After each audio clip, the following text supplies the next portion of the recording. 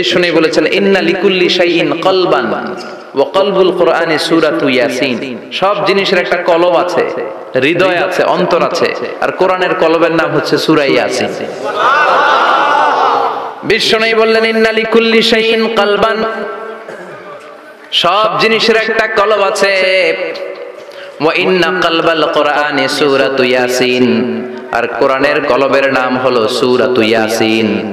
মান ক্বারাআ সূরাতা ইয়াসিন মাররা ওয়াহিদা, একবার সূরাতু ইয়াসিন তেলাওয়াত করলে 10 পারা কোরআন খতমের সওয়াব হয়ে যায়। বিষ্ণু বলতেন ইন্না ফিল জাসাদি মুদগা, দেহে একটা গোশতের টুকরা আছে।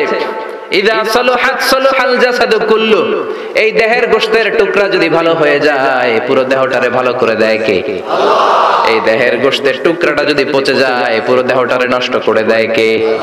বিশ্ব নবী বললেন আলা ওয়াহিয়াল কলব, ওই টুকরাটার নাম হলো কলব। টুকরাটার নাম কি? এজন্য কলবের মধ্যে আল্লাহর জিকির বসাইতে হবে। কি বসাবেন? নাকি আয়না বসাবেন? আয়না বসায় না? আয়না বসাইয়া দে মোর দয়াল বাবা, কেবলা কাবা, সব মুখস্থ। আয়না বসাইয়া দে মোর, নবীর কলবে আয়না বসায় নাই নবী। সেদিন আবু বকর, ওমর ফারুক, কেউ আয়না বসাইছে? আবু হানিফা, শাফিঈ, এরা কলবের মধ্যে আয়না বসাইছে? বসাইছে জিকির। চিল্লায় বলেন বসাইছে কি?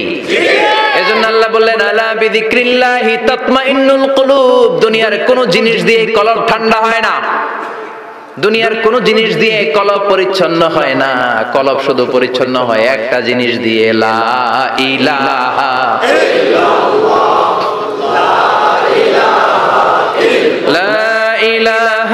ইল্লাল্লাহু মুহাম্মাদুর রাসূলুল্লাহ সাল্লাল্লাহু আলাইহি ওয়াসাল্লাম। তাহলে কোরআনের একটা কলব আছে। আমাদের দেহে যেমনি কলব আছে, প্রতিটা প্রাণীর যেমনি কলব আছে, অন্তর আছে, কোরআনেরও কলব আছে না নাই?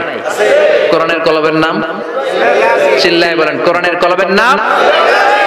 আবার বিষ্ণু বলতেন ইকরাউ আলা মাউতাকুম সূরাতা ইয়াসিন, তোমাদের মুমূর্ষু ব্যক্তিদের সামনে বসে সূরাতু ইয়াসিন তেলাওয়াত করো।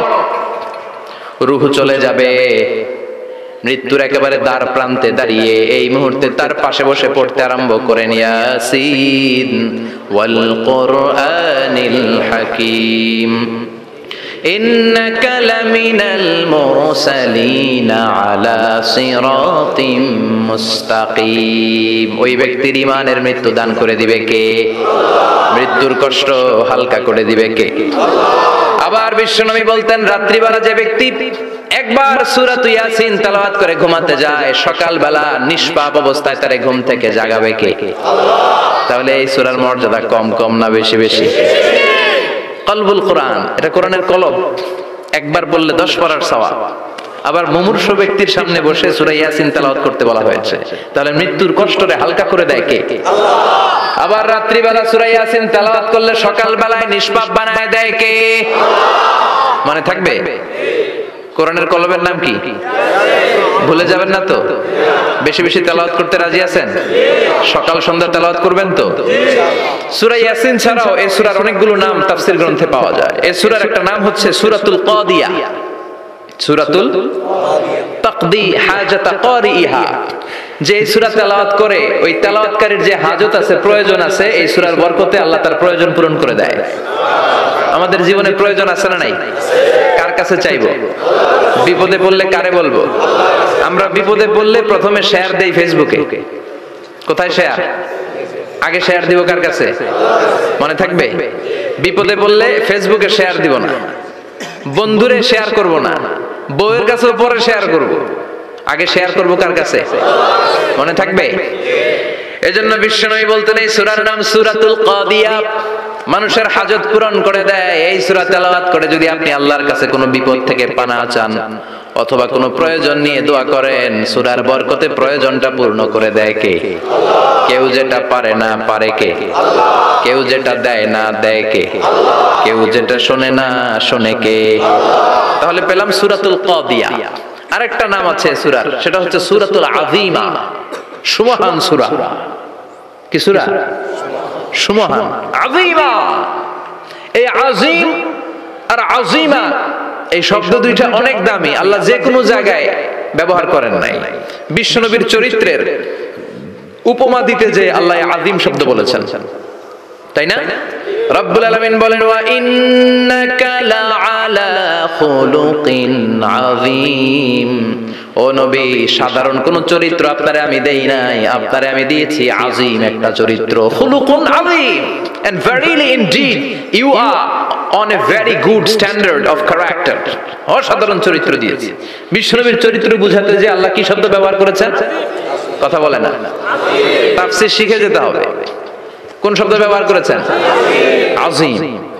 আবার আল্লাহ নিজের পরিচয় দিতে যে আযীম বলেছেন, ওয়ালা ইয়াউদুহু হিফযুহুমা ওয়া হুয়াল আলিয়্যুল আযীম। সুবহানাল্লাহ। আকাশ জমিনের নিয়ন্ত্রণ করতে যে আল্লাহ কখনো ক্লান্ত হয় নাকি? কারণ তিনি হচ্ছেন আল আলিয়্যুল আযীম। আল্লাহু আকবার। তার মানে নবীর চরিত্রের ক্ষেত্রে আযীম, আল্লাহর নিজের সত্তার ক্ষেত্রে আল্লাহ বললেন আযীম। আবার বললেন কিয়ামতের দিন গোটা পৃথিবীটারে আমি নাড়িয়ে দেব, গোটা পৃথিবীতে একটা আমি ভূমিকম্প দিব। এই কথাও কোরআনে আছে না নাই? ইযা জুলজিলাতিল আরদু জিলজালাহা আল কারিয়াতু মাল কারিয়া। পুরো পৃথিবী কাঁপিয়ে দিব। এই কাঁপাকাঁপিটা ওই দিনের ভূমিকম্পটা কি অন্যান্য সময়ের ভূমিকম্পের মতো হবে? এই ভূমিকম্পকে আল্লাহ বলেছেন আযীম। ইন্না জালজালাতাস সাআতি লা শাইউন আযীম। সেদিনের ভূমিকম্প সাধারণ কোনো আর্থকোয়েক নয়, সাধারণ ভাইব্রেশন না, এটা আযীম। আবার আল্লাহ কোরআনকেও আযীম বলেছেন, ওয়ালাকাদ আতাইনাকা সাবআম মিনাল মাসানি ওয়াল কুরআনাল আযীম। ও নবী, আমি আপনারে নিত্য পাঠনীয় সপ্তবাক্য সূরাতুল ফাতিহা দিয়েছি, সাথে সাথে কোরআনে আযীম দান করেছি। সুবহানাল্লাহ। তার মানে কোরআনের ক্ষেত্রে আযীম, কিয়ামতের ভূমিকম্প এটা আযীম, আল্লাহ নিজেও আযীম, বিশ্বনবীর চরিত্র আযীম। আবার এই সূরাটাও যেহেতু দামি, এজন্য এই সূরার নাম সূরাতুল আযীমা। সূরাতুল আযীমা, সুবহান সূরা। এটা যেন তেন সূরা নয়, এটা তো কোরআনের কলব। কলব ছাড়া মানুষ বাঁচে? হার্ট ফাউন্ডেশনে যেয়ে দেখবেন মানুষের কি অবস্থা। হৃদরোগ, হৃদয় যার নষ্ট, তার যে কত কষ্ট। এই যে কি পরানো লাগে এখন? রিং পরায়, এনজিওগ্রাম, এনজিওপ্লাস্টি করে আর্টারি ব্লক করে ফেলে। চর্বি, এত চর্বি আমরা খাই, এত গরুর গোশত আমরা খাই। মনে রাখবেন, যেই প্রাণীর পা বেশি ওইটার ভিতরে কোলেস্টেরল বেশি। মাছের কয় পা? হ্যাঁ, নাই, এখানে নাই, মাছের পাটা নাই, কোলেস্টেরল নাই। মুরগির কয় পা? জোরে বলতে হবে। তার মানে কিছু কোলেস্টেরল আছে না নাই? গরুর কয় পা? কোলেস্টেরল বেশি না কম? এইবার কোন চিংড়ির কয় পা? সবচেয়ে বেশি কোলেস্টেরল কন্টেইন করে শ্রিম্প, প্রন, চিংড়ি। এজন্য এগুলো কম খাইতে হবে। তবে 40-এর আগে যারা আছেন ধুমায়া খান, 40-এর পরে এই যে মাটন, ল্যাম্প, ছাগলের গোশ, খাসির গোশ, চিংড়ি, এগুলো আপনার ডায়েট থেকে বাদ দিয়ে দিতে হবে। বুঝতে পেরেছেন? এজন্য এই সূরাটা যেন তেন সূরা নয়, এটা তো কোরআনের কলিজা, হার্ট, হৃদয়। এজন্য সূরাটা সূরাতুল আযীমা। সুবহানাল্লাহ পড়েন। তার মানে এক নম্বরে পেলাম সূরাতুল কাদিয়া, 2 নম্বরে পেলাম সূরাতুল আযীমা, 3 নম্বরে সূরার আরেক নাম হলো সূরাতুল মুইম্মা। সূরাতুল মুইম্মা। মুইম্মার 2 অর্থ। এক অর্থ হচ্ছে এটার বরকতটা আম, সবার জন্য, যেই পড়ে সেই বরকত পায়, এজন্য মুইম্মা। আবার মুইম্মার আরেক অর্থ হচ্ছে যেই সূরা শত্রুকে অন্ধ করে দেয়। কি করে দেয়? এই সূরার প্রথম 9টা আয়াত যদি বিপদে পড়ে, শত্রুর কবলে পড়ে আপনি তেলাওয়াত করেন, শত্রুর চোখটারে অন্ধ করে দিবে কে? আল্লাহ। বিশ্বনবী মক্কা থেকে যখন মদিনায় যায়, হিজরতের সময় বিশ্বনবী সূরাতুল ইয়াসিনের প্রথম 9টা আয়াত তেলাওয়াত করলেন। তেলাওয়াত করে আল্লাহর নাম নিয়ে ঘর থেকে বের হলেন। আশেপাশে কাফেররা ঘুরে কিন্তু বিশ্বনবীরে দেখে না।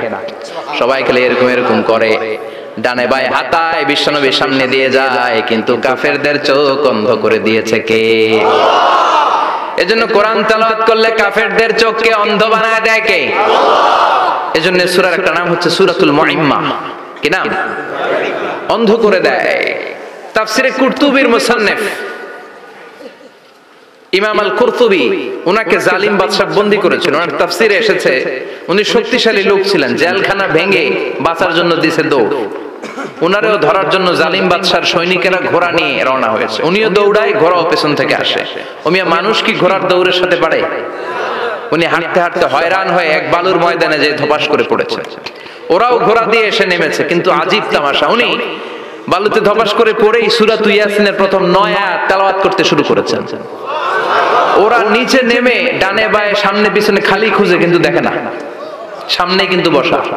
ওদের চোখটা অন্ধ করে দিছে কে? বিশ্বাস হয়? ঈমান হয়? এজন্য বিপদে পড়লে সূরাত ইয়াসিনের প্রথম 9 আয়াত পড়তে রাজি আছেন? আল্লাহ তুমি তৌফিক দাও।